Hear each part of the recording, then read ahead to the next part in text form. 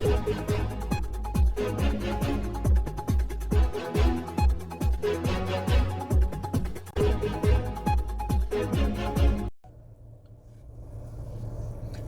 அலைக்கும் வரஹ்மத்துல்லாஹி வபரகாத்துஹு. அன்பார்ந்த அனைத்து உறவுகளுக்கும் இனிய மதிய வணக்கம், மாலை வணக்கம். இதோ தற்போது வெளியாகிய சில தகவல்கள்.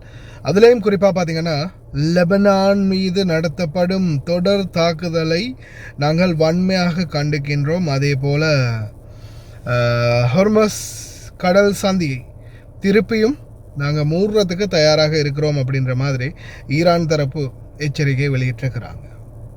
இதில் குறிப்பாக முக்கியமான விடயம் என்னென்னா, ஈரான் இந்த சண்டையை நிறுத்தினாலும் இஸ்ரேல் தனது ஆதிக்கத்தை லெபனான் மீது அதிகமாக செலுத்துது அப்படின்ற அந்த ஒரு கோட்பாடை முன் வச்சிருக்கிறாங்க. அதே மாதிரி இப்போ எனக்கு வந்து அந்த செய்தி தகவல் ஒன்று கிடச்சிச்சு.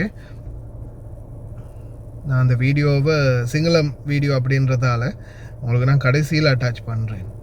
ලෙබනනේ සමූල ඝාතනයක් සිදුවන බවට චෝදනා කරන අමාත්‍යවරයා අවධාරණය කර ඇත්තේ මෙහිදී ඇමරිකාව කටයුතු කරන ආකාරය සම්බන්ධයෙන් ලෝකයේම ඇස යොමු ඇති බවයි.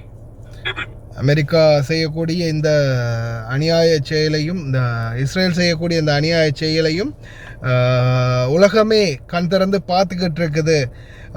அமைதி பேச்சுவார்த்தை என்ற பெயரில் ஈரானோட அமைதி பேச்சுவார்த்தை ஒப்பந்தத்தை போட்டுட்டு லெபனானை கடுமையாக தாக்குறாங்க. அதே மாதிரி பெஞ்சமின் நெட்டன்யாஹு எங்களுக்கு இன்னமும் கைப்பற்ற வேண்டிய நிறைய இருக்குது.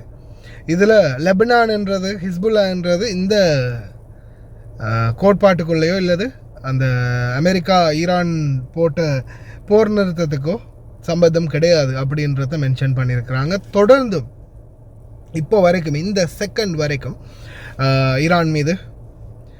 இஸ்ரேல் வந்து லெபனான் மீது தொடர் தாக்குதல் நடத்திக்கிட்டே இருக்கிறாங்க. அதே மாதிரி இலங்கை பணிப்பெண் ஒருவர் காயமடைந்ததாகவும் தற்போது அவருடைய உடல் நிலை ஓரளவுக்கு தேறி வருவதாகவும் தெரிவிச்சிருக்கிறாங்க. லெபனான்லேயும் இலங்கை தொழிலாளர்கள் நிறைய பேர் இருக்கிறாங்க, இந்திய தொழிலாளர்கள் நிறைய பேர் இருக்கிறாங்க, வேறு நாட்டு தொழிலாளர்கள் இருக்கிறாங்க, பல நாட்டு தொழிலாளர்கள் இங்கேயும் இருக்கிறாங்க. எல்லாம் வல்ல இறைவன் தான் பாதுகாக்கணும். ஆனால் சிச்சுவேஷன் ரொம்ப மோசமாக போயிட்டு இருக்குது. அதே மாதிரி white house involved in the ceasefire.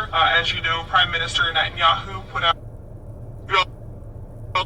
Hezbollah සංවිධානය අදාළ නොවන බවයි. එමෙන්ම සාම එකඟතාවකට පැමිණෙන තෙක් ජනාධිපති සදකා හරින බවයි අමරිකානු පාර්ශවය පවසන්නේ.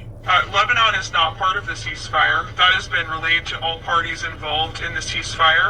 As you know, Prime Minister Netanyahu put out a statement last night in support of the ceasefire, in support of the United States' efforts. This will continue to be discussed, I am sure, but at this point in time, they're not included in the ceasefire deal. அதை பற்றி இப்போதைக்கு இல்லை, லெபனானை பற்றி, லெபனான பிரச்சனையை பற்றியும் நாங்கள் பேச்சுவார்த்தை நடத்தணும். Not this time is good. கர்மம் பிடிச்சவனுங்களா, ஒரு நிறைய உசுறு போயிட்டு இருக்குது. ஒரு போரை நிறுத்தினா நிறைய உசுறுகள் காப்பாற்றப்படும், பிரச்சனை முடியும். ஆனால் அது இல்லை, நாட் குட் திஸ் டைம். இந்த டைம் வந்து நல்ல டைம் இல்லையா, பிறகு ஒரு நாளைக்கு நல்ல நேரமாக பார்த்து பேசுகிறாங்களாம் கொலகார பாவிங்க. இன்னும் எத்தனை பேரை தான் கொண்டு அழிக்க போகிறானுங்கன்னு தெரியல. ஆனால் மாறி வருது. அடுத்த காசா பாலஸ்தீனுடைய மண் நிலமாக ஒட்டுமொத்த லெபனானும் மாறிக்கிட்டு வருது அப்படின்றது குறிப்பிடத்தக்கது. எல்லாம் வல்ல இறைவன் தான் பாதுகாக்கணும். அதே போல் இன்னொரு பிரச்சனை என்றால், நாம் இப்போ அரபு நாடுகளில் இருக்கக்கூடிய ஹிஸ்புல்லா ஆதரவாளர்கள் ஈராக்கில் இருக்கலாம், ஈரானில் இருக்கலாம், அதே போல் வேறுங்க ஏமனில் இருக்கலாம். இந்த நாட்டுக்குள்ளே பல பேர் பிடிபட்டுக்கிறாங்க. துபாய், குவைத், சவுதி, கட்டார்னு பல நாடுகளில் அதுக்கு சம்மந்தப்பட்ட எத்தனையோ பேர் பிடிபட்டாங்க. உங்களுக்கே நல்லா தெரியும், நிறைய பேர் பிடிபட்டாங்க. இன்னும் என்னென்ன சம்பவங்கள் நடக்க காத்திருக்குதோ. அதனால் எதுக்கும் நம்ம கவனமாகவே இருப்போம். அதே மாதிரி தொடர்ந்தும் பிரார்த்தனை பண்ணுவோம், முடிந்த வரைக்கும் இந்த பிரச்சனைகள் விரைவில் முடிவடையட்டும் அப்படின்னு. அல்லாஹ் கரீம். ලෙබනනේ සමූල ඝාතනයක් සිදුවන බවට චෝදනා කරන අමාත්‍යවරයා අවධාරණය කර ඇත්තේ මෙහිදී ඇමරිකාව කටයුතු කරන ආකාරය සම්බන්ධයෙන් ලෝකයේම ඇස යොමු ඇති බවයි. එමෙන්ම ප්‍රහාර නතර නොකළහොත් තමන් සටන් විරාම එකඟතාවෙන් ඉවත්වීම පිළිබඳව සලකා බලන බවද ඉරානය අවධාරණය කරනවා. මෙවන් පසුබිමක ඊශ්‍රායලය අවධාරණය කරන්නේ ලෙබනනය ඉරාන ඇමරිකා සටන් විරාමයට සම්බන්ධ නැති බවයි. අපිට අත්කරගන්න තවත් දිනක්කයක් තිබෙනවා. අපි එකඟතාවයෙන් හෝ යුද්ධයෙන් සියල්ල අත්පත් කරගන්නවා. අපි අවශ්‍ය ඕනෑ මොහොතක සරණට සූදානම්. ඇමරිකාව සහ ඉරානය අතර එකඟතාවට අපි පූර්ණ සහාය දක්වනවා. දැන් පැහැදිලිවම කියන්න මේ අවසානය නොවේ. අපේ ඉලක්ක අත්පත් කර ගැනීමට යන ගමනේ එක් නැවතුමක් පමණයි. ඉරානය සමග ඇති තාවකාලික සටන් විරාමයට හිස්බුල්ලා ඇතුළත් නැහැ. අපි අකණ්ඩ වුන් වෙත දැඩි ප්‍රහාර එල්ල කරනවා.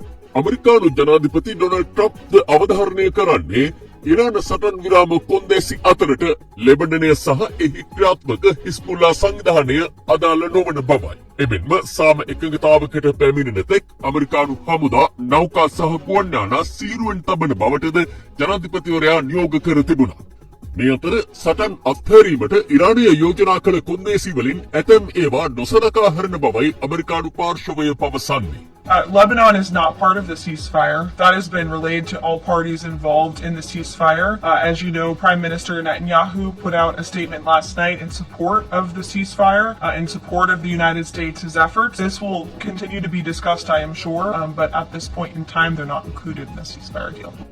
පවතින තත්වයට ඉරානය ප්‍රතිචාර දැක්වූයේ විවෘත කර පැය 24ක් ගත යාමටත් මත්තෙන් නැවතත් හෝමු සමුද්‍ර සන්ධිය වසා දමමින්.